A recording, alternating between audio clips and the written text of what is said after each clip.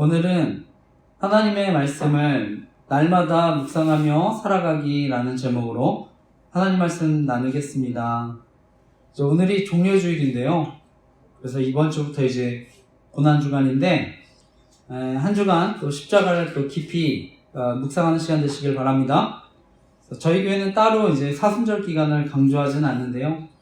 저는 이제 이번 고난주간만큼은 또 예수님의 십자가를 더 묵상했으면 좋겠습니다. 그리고 이제 이번 주에 내각제에 대한 이제 여론의 반응이 굉장히 뜨거웠었는데요. 저는 이 세상에 완벽한 정치제도는 없다고 생각합니다. 그래서 그것은 이제 대통령제도 마찬가지라고 생각하는데, 근데 이번에 이제 어떤 제왕적 대통령제가 문제가 많다고 해서 이제 내각제를 해야 된다고 이제 주장하는 분들이 많은 것으로 알고 있습니다. 그런데 이제 이번에 또 이재명 대표님 강력한 또 대선 후보신데 내각제 개헌을 또 찬성하신 것으로 알고 있습니다. 그래서 이번에는 이제 탄핵으로 인해서 일정이 촉박하니까 그 내각제 개헌 국민투표가 좀 어렵지만 이제 개헌하고 싶어 하신다는 의견을 또 표현하신 것으로 아는데, 저는 그래서 앞으로 사실 이제 대통령제 사라질 수 있는 위기가 있다고 생각을 합니다. 저는 그동안 국민들이 대통령제의 여러 가지 또 문제점에도 불구하고 자신들의 손으로 이렇게 대통령 뽑기를 국민들도 원했다고 생각을 하는데, 요즘에 이제 대한민국에 일어나고 있었던 그 문제들을 보면은 오히려 저는 대통령제 문제라기보다는요, 또 의회 권력이 너무나 강해서 또 생긴 문제라고도 생각을 합니다. 그래서 저는 먼저 내각제 이전에 부정선거 의혹에 대한 부분들, 그래서 이런 문제들이 저는 먼저 또 해결되었으면 하는 마음입니다. 그래서 또 선거 투표의 공정성이 먼저 회복되는 게 중요하다고 생각하는데, 그래서 또 선관위 시스템 또 이게 전면적으로 개혁할 수 있도록 또 함께 기도했으면 좋겠습니다. 그리고 이번 주는 이제 저희 아이가 독감에 걸렸었는데, 그래서 열도 나고 또 힘들어했는데, 저와 같은 또 목회자들은 또 저는 독감 같은 거 특히 조심해야 된다고 생각을 합니다. 다행히 이제 아내와 저는 열은 없었는데 또 이제 목감기 정도 왔다고 생각하는데, 돌이켜보면 이제 독감에 어느 정도 면역이 되어 있었기 때문이라고 생각을 합니다.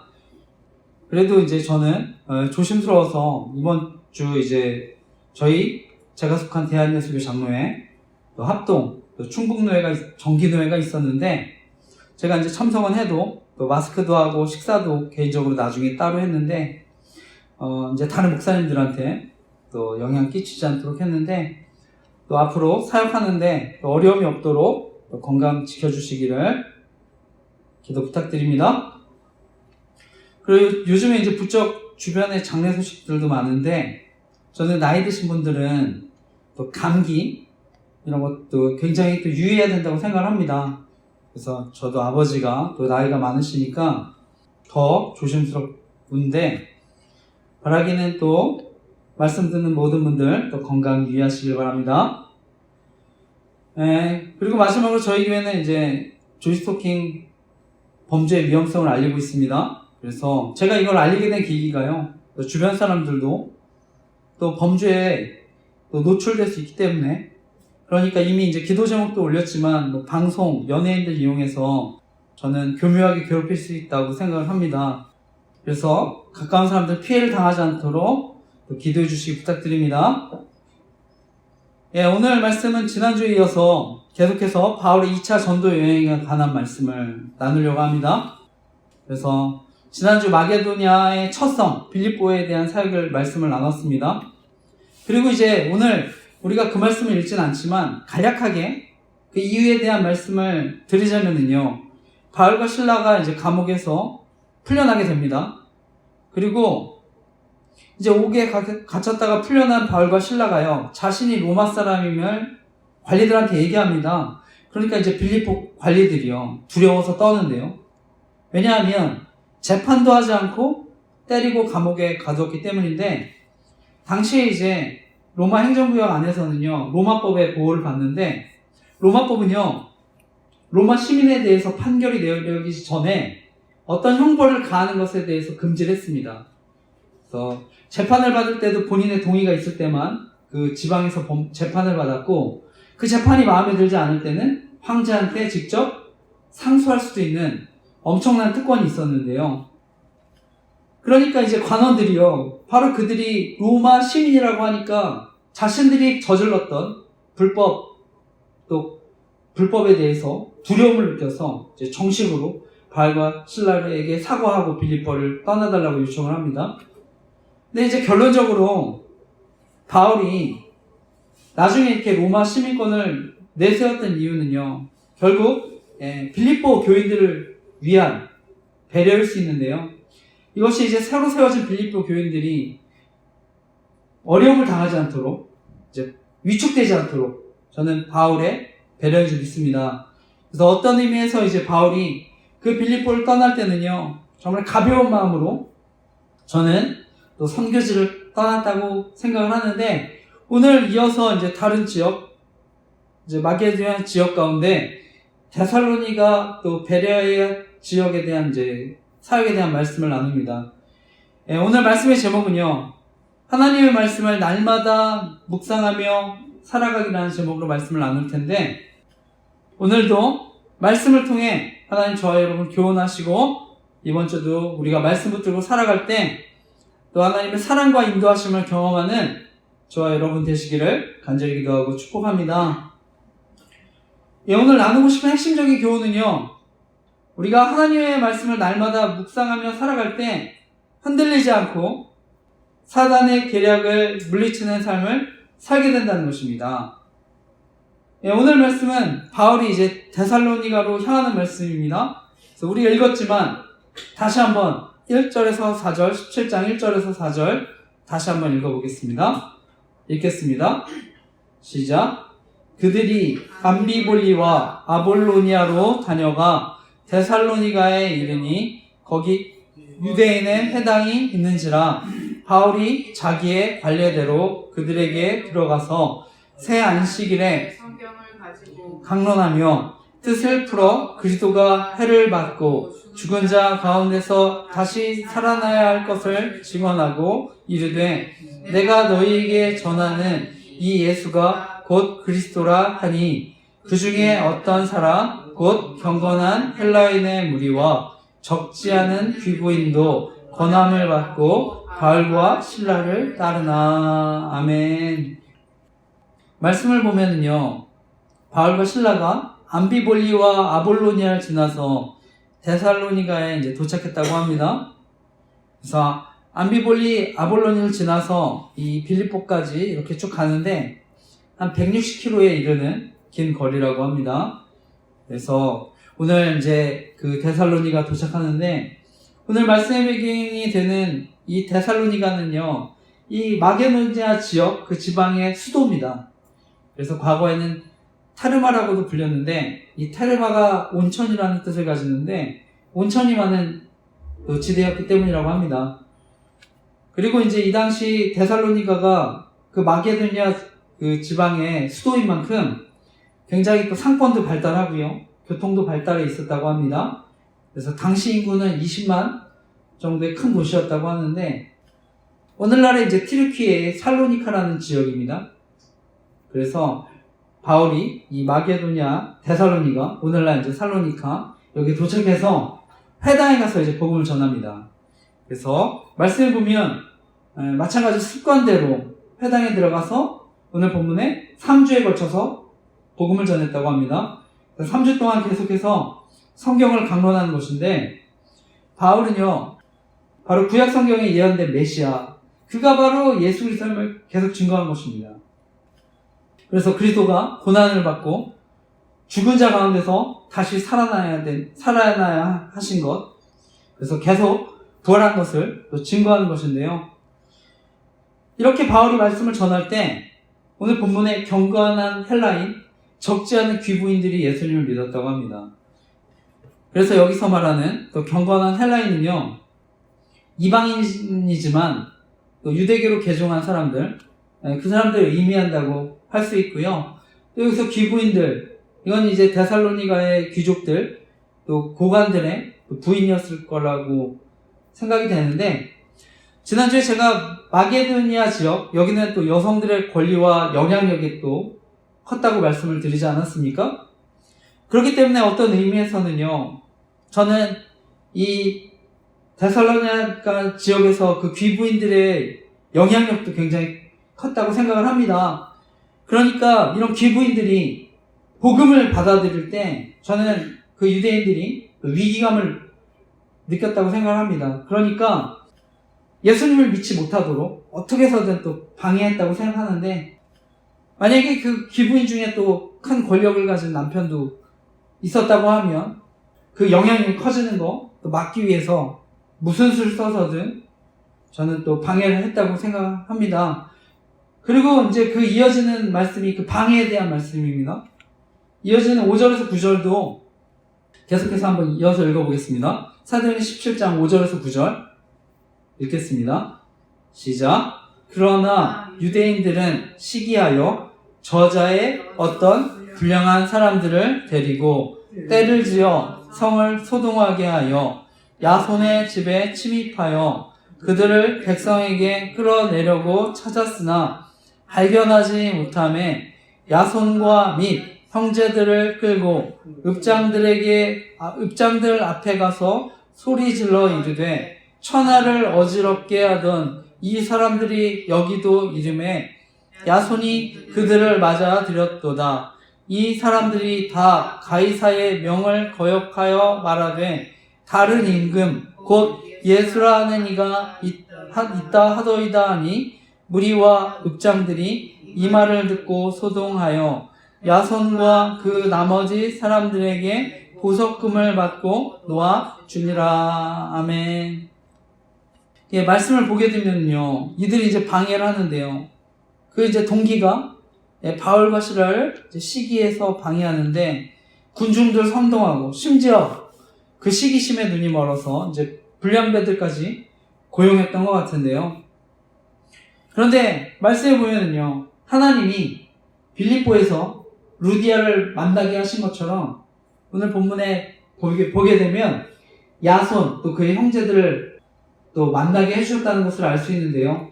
그러니까 야손의 집에서 또 빌립보에서와 마찬가지로 또 숙식도 제공받고 거기에서 머무르면서 또 나중에 말씀도 강론할 수 있게 되었다고 생각하는데, 그러니까 이제 이 유대인들이 결국 바울과 실라를 잡으려고 이제 야손의 집에 갔다고 하는 것입니다.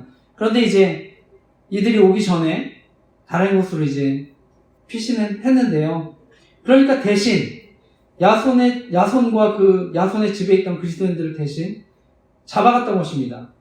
오늘 본문의 야손은요, 예수, 우리가 잘 아는 여호수아입니다. 이게 헬라식 발음이 야손입니다. 야손. 그러니까 야손도 이제 성경을 연구하는 사람들은 유대인이었을 거라고 생각을 하는데요. 네, 복음을 듣고 변화된 사람 중에 한 명이었을 거다 이제 얘기를 합니다. 그래서 오늘 야손 다른 형제들 끌려가서 관리들에게 고발당합니다. 그래서 여기서 관리들, 로마 식민지의 이제 행정을 담당하는 관리들인데, 오늘날 저는 복음을 전할 때도 복음이 전해지는 곳에 저는 중요한 것은 야손과 같은 사람들 저는 있다고 생각합니다. 이들의 헌신이 있다고 생각합니다. 때로는요, 정말 복음 때문에 핍박받을 걸 알지만, 때로는 자신의 가족들이 어려움 당할 것도 알지만 기꺼이 헌신하는 것인데요. 나중에 이제 자세히 살피겠지만 바울과 실라를요, 로마 황제에 대한 반역죄로 죽여야 된다고 얘기합니다. 내란과 반란으로 사형에 처해야 된다고 이렇게 하는데, 저는 이런 어려움들, 때로는 기꺼이 또 감수하는 것들, 결국에는요 복음 때문인 줄 믿습니다. 복음 때문에, 믿음 때문에 또 환난 앞에서 흔들리지 않고 이겨낸 줄 믿습니다. 무엇보다 말씀을 의지해서 성령께서 주시는 은혜로 모든 어려움들 이길 줄 믿습니다. 오늘 이 야손, 우리가 앞서 지난주 나눴던 빌립보의 루디아, 그 또 여인들, 이런 것과 마찬가지로요, 저는 이들의 헌신으로 또 이 데살로니가 이 지역에 결국 교회가 세워진 줄 믿습니다. 우리 교회 역사를 보면은요, 교회가 세워질 때 루디아, 또 오늘 본문에 야손과 같은 사람들이 있었기 때문에 교회가 세워지는 것을 봅니다. 이들의 헌신, 이들의 수고, 이것 때문에 교회가 세워진 줄 믿습니다. 처음 안디옥 교회가 또 세워질 때도요, 우리가 나눴습니다만 무명의 구브로 사람들, 구레네 사람들이 있었는데요. 이들이 자세히 누군지는 알려지지 않지만 헬라인들에게, 그리스인들에게 이들이 이제 복음을 전해서 교회가 세워졌다고 하는데, 정말 처음에는 너무나 어려운 환경 가운데 저는 이들의 헌신과 수고로 이렇게 교회들이 세워진 줄 믿습니다. 어쩌면 세상에서 보면은요, 이들은요, 보잘것 없어 보이고 또 연약하지만 저는 하나님이 이들의 헌신과 수고로 계속해서 하나님 나라를 확장해 가실 줄 믿습니다. 우리가 이어서 말씀을 보게 되면은요, 고발의 내용이 나옵니다. 그 고발의 내용을요, 바울과 실라에게 가는 곳마다 문제를 일으키는 사람들이라고 얘기합니다. 그래서 천하를 어지럽게 하는 사람들이다 이렇게 얘기하는데요. 아마 빌립보에서 바울과 실라가 또 전도했을 때 또 감옥에서 지진이 일어나는 또 기적도 있지 않았습니까? 저는 그러니까 이 데살로니가 지방에 바울과 실라에 대한 소문이 저는 많이 퍼졌을 거라고 생각합니다.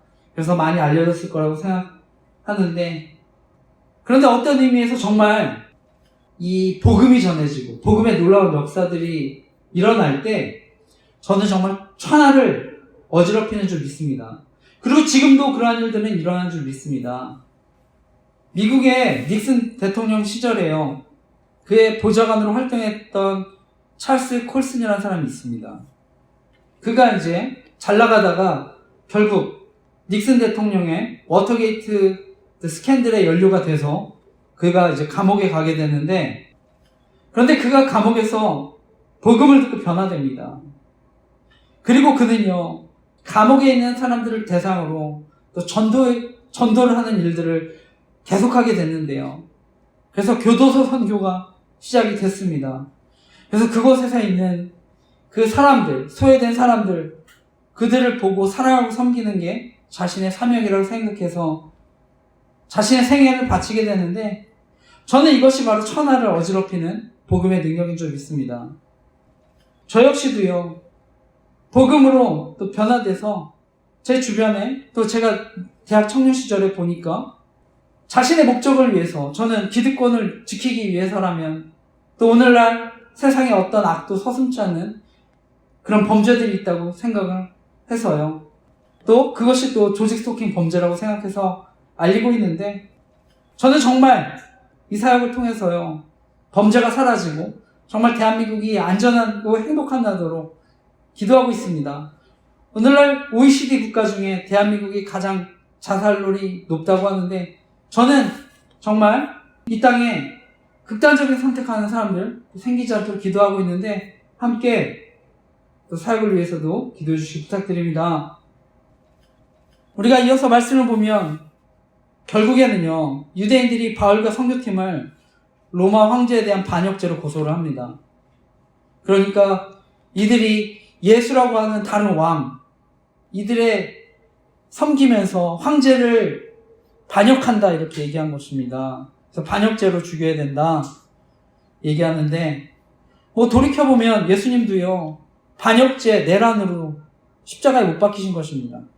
그래서 진실은 종교적인 거지만 결국은 정치적인 죄목으로 예수님 십자가에 못 박았다고 할 수 있는데, 그래서 예수님의 좌표에 뭐라고 써 있습니까? 자칭 유대인의 왕, 죄목을 씌워서요, 또 십자가에 죽게 했다고도 할 수 있는데, 오늘 본문을 보면 로마 황제에게 반역했다고 하면서 또 선동하고 모함하지만 다행스럽게 마을의 관원들은요, 야손과 다른 신자들을 보석금을 받고 풀어줍니다. 하지만 이제 계속해서 말씀을 살피지만요, 이 일을 계기로 바울은 이제 데살로니가 교회를 방문하지 못합니다. 그래서 아마 야손과 그 형제들이 고소를 당했는데 바울과 실라가 떠나는 조건으로 이제 풀어줬기 때문이라고 생각을 합니다. 그러니까 바울은 이제 이 사건에 대해서 나중에 데살로니가 전서에 기록하면서 바로 사단의 방해로 내가 다시 데살로니가에 돌아가지 못한 이유를 설명하는데요. 거기 보면 한 번, 두 번 너에게 가고자 했지만 사단이 막았다 이렇게 표현합니다. 그래서 자신이 가지 못하는 어려움을 얘기했던 것인데, 하지만 저는 궁극적으로 이러한 또 박해가 있었기 때문에 또 바울이 계속해서 복음을 전하고 그 복음이 유력 전역에 확산된 줄 믿습니다. 지금도 사단은요, 끊임없이 어떻게 해서든 복음의 역사를 방해하지만 지금도 복음의 역사는 끊임없이 확산되는 줄 믿습니다. 오늘날에 우리가 복음을 전할 때요, 사단의 집요한 방해가 있습니다. 끊임없이 거짓과 고소가 있습니다. 온갖 악한 계략을 세워서 끊임없이 어려움에 빠뜨리다고 생각하는데, 하나님은 지금까지 그랬듯이 늘 또 그런 괴계들 물리쳐 주실 줄 믿습니다. 하나님의 지혜와 능력으로 이해하실 줄 믿습니다. 예, 이어지는 오늘 마지막 말씀입니다. 마지막 말씀. 아마 바울이 이제 계속 말씀을 전하고 싶었지만 다시 다른 곳으로 사역지로 옮기는 말씀입니다. 오늘 17장 10절에서 15절 마지막까지의 말씀도 읽어보겠습니다. 읽겠습니다. 시작. 밤에 형제들이 곧 바울과 실라를 베레아로 보내니 그들이 이르러 유대인의 회당에 들어가니라. 베레아에 있는 사람들은 데살로니가에 있는 사람들보다 더 너그러워서 간절한 마음으로 말씀을 받고 이것이 그러한가 하여 날마다 성경을 상고함으로 그 중에 믿는 사람이 많고 또 헬라의 귀부인과 남자가 적지 아니하나 데살로니가에 있는 유대인들은 바울이 하나님의 말씀을 베레아에서도 전할 줄을 알고 거기서도 가서 무리를 움직여 소동하게 하오늘 형제들이 곧 바울을 내보내어 바다까지 가게 하되 실라와 디모데는 아직 거기 머물더라. 바울을 인도하는 사람들이 그를 데리고 아덴까지 이르러 그에게서 실라와 디모데를 자기에게로 속히 오게 하라는 명령을 받고 떠나니라. 아멘. 오늘 마지막 말씀은요, 밤이 돼서 이제 데살로니가 형제들이 바울과 실라를 안전한 곳으로 보냅니다. 그래서 베레아로 보내는데, 이 베레아는 데살로니가 서남쪽으로 75km 떨어진 거리에 있다고 합니다. 오늘날 베리아라는 지역인데요. 베리아. 그래서 마게도냐 남쪽 평원에 있는데 여기 조용한 전원 도시였다고 합니다. 그러니까 이제 아마 이 조용한 곳으로 이제 피신시켰다고 생각하는데, 이곳에서도 이제 바울과 실라는요 복음을 전합니다. 그런데 이곳 사람들은요 더 너그러웠다고 얘기합니다. 너그러웠다. 저는 이 너그러웠다는 게 또 한편으로는 뭐 도시와 또 어떻게 보면 전원, 농촌에 또 차일 수 있다고도 생각을 하는데, 여기서 너그럽다는 거 하는 것은요 원어적으로 출신이 좋다, 가문이 좋다, 고귀하다, 고상하다 이런 뜻을 가집니다. 오늘 본문에는 이제 저는 고상하다 이런 뜻에 더 가깝다고 생각하는데, 그러니까 이곳 사람들이 훨씬 더 너그러운 고상한 성품을 가졌다고 얘기합니다.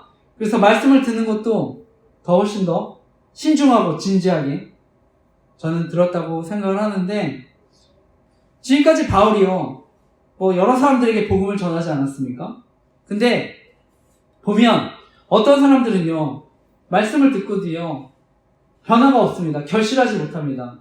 근데 어떤 사람들은 30배, 60배, 100배의 결실을 보는데, 저는 그것이 말씀을 대하는 태도에 있다고 생각합니다. 그리고 저는 말씀을 대하는 태도가 바로 하나님을 대하는 태도라고 믿습니다. 특별히 베레아 사람들 매일 말씀을 상고했다고 합니다. 여기서 상고하다, 이거는 원어적으로 자세히 조사하다는 건데요. 이들은요 바울이 전한 복음, 이것을 듣고요 자신들이 그동안 알았던 복음, 유대인이 가르쳐던 복음, 율법주의 복음, 저는 이것이 진짜인지 가짜인지 저는 이렇게 상고한 줄 믿습니다. 자세히 말씀을 통해 본 줄 믿습니다. 그래서 바로 예수 그리스도가 구약에서 말씀한 예언자라는 것, 바로 메시아인 줄을 그래서 저는 확신한 줄 믿습니다. 그리고 날마다 말씀을 또 결국 묵상했다고 하는데, 저는 이것이 바로 말씀을 통해서 또 자신을 돌아보고 또 결단하는 그런 또 시간도 가진 줄 믿습니다. 그래서 말씀 속에 어떻게 내가 적용해야 되는지도 저는 묵상하며 살아가는 줄 믿습니다. 특별히 이제 저희 교회는요, 설교 노트 또는 묵상 노트 쓰기를 훈련하기를 강조하는데, 저는 정말 베레아 사람들처럼 간절한 마음으로 말씀을 보기를 원하는 마음으로 또 이런 훈련을 하고 있는데, 저는 이것이 바로 하나님을 경외하는 훈련인 줄 믿습니다. 그리고 더 나아가 우리가 또 결단하고 또 적용하는 훈련인 줄 믿습니다. 시편 1편 1절에 복 있는 사람은 묵상하는 사람이라고 합니다. 묵상하는 사람. 저는 바라기는 정말 말씀 잘 노트하면서 또 묵상하면서 정말 하나님이 주시는 복을 누리시기를 바랍니다. 저는 묵상하는 가운데 정말 하나님의 은혜, 하나님의 인도하심을 깊이 경험할 수 있는 줄 믿습니다. 그리고 오늘날 특히 많은 또 잘못된 복음, 거짓 이단들과 거짓 교사들이 있는데, 저는 말씀을 깊이 묵상하면 결코 복음의 은혜에서 흔들리지 않을 줄 믿습니다. 그리고 무엇보다 정말 말씀 묵상하는 가운데 저는 살아있는 하나님의 은혜, 이것들을 또 깊이 경험하게 될 줄 믿습니다. 바라기는 말씀 묵상을 통해 하나님 주시는 복을 누리시기를 간절히 기도하고 축복합니다. 오늘 말씀의 마지막은요, 결국 이제 데살로니가 유대인들이 바울이 베레아에서도 말씀 가르친다는 것을 듣고 이제 다시 그곳에 가서 선동하고 소란을 피우는데요. 베레아에서 복음을 전하고 있다는 그 소식, 제가 앞서 얘기한 대로 75km 이 정도 되는 거리에 있음에도 불구하고 쫓아와서 또 선동하고 방해합니다. 그러니까 오늘 또 말씀의 마지막도요, 바울이 아덴으로, 우리가 아는 이제 아테네입니다. 아테네로 이제 피하는 곳으로 마치는데요. 말씀을 마치면서요, 우리가 이 땅에서 복음을 듣고 또 살아가려고 할 때 늘 사단의 방해가 있습니다. 어떻게 해서든 바른 복음이 전해지지 못하도록, 또 영향력 있는 사람들이 복음을 듣지 못하도록 사단은 방해한다고 생각합니다. 그런데 하나님은요, 저와 여러분에게 이러한 전쟁에서 승리할 수 있도록 바로 말씀의 검, 성령의 검을 주신 줄 믿습니다. 어쩌면 오늘의 결론적인 말씀인데 우리가 잘 아는 말씀입니다. 이거 같이 함께 읽어보겠습니다. 찾아서 에베소서 6장 10절에서 17절까지의 말씀, 에베소서 6장 10절에서 17절 결론적인 말씀입니다. 같이 읽겠습니다. 시작. 끝으로 너희가 주 안에서와 그 힘의 능력으로 강건하여지고 마귀의 간계를 능히 대적하기 위하여 하나님의 전신갑주를 입으라. 우리의 씨름은 혈과 육을 상대하는 것이 아니요 통치자들과 권세들과 이 어둠의 세상 주관자들과 하늘에 있는 악한 영들을 상대함이라. 그러므로 하나님의 전신갑주를 취하라. 이는 악한 날에 너희가 능히 대적하고 모든 일을 행한 후에 서기 위함이라. 그런즉 서서 진리로 너희 허리띠를 띠고 의의 호심경을 붙이고 평안의 복음이 준비한 것으로 신을 신고 모든 것 위에 믿음의 방패를 가지고 이로써 능히 악한 자의 모든 불화살을 소멸하며 구원의 투구와 성령의 검 곧 하나님의 말씀을 가지라. 아멘. 바울은요, 우리가 영적 전쟁에서 승리하기 위해 하나님의 전신갑주를 입으라고 얘기합니다. 구원의 투구, 의의 호심경, 진리의 허리띠, 평안의 복음의 신발, 믿음의 방패, 마지막으로 성령의 검, 하나님의 말씀을 가지라고 얘기하는데요. 특별히 성령의 검은 무기입니다. 하나님이 주신 무기.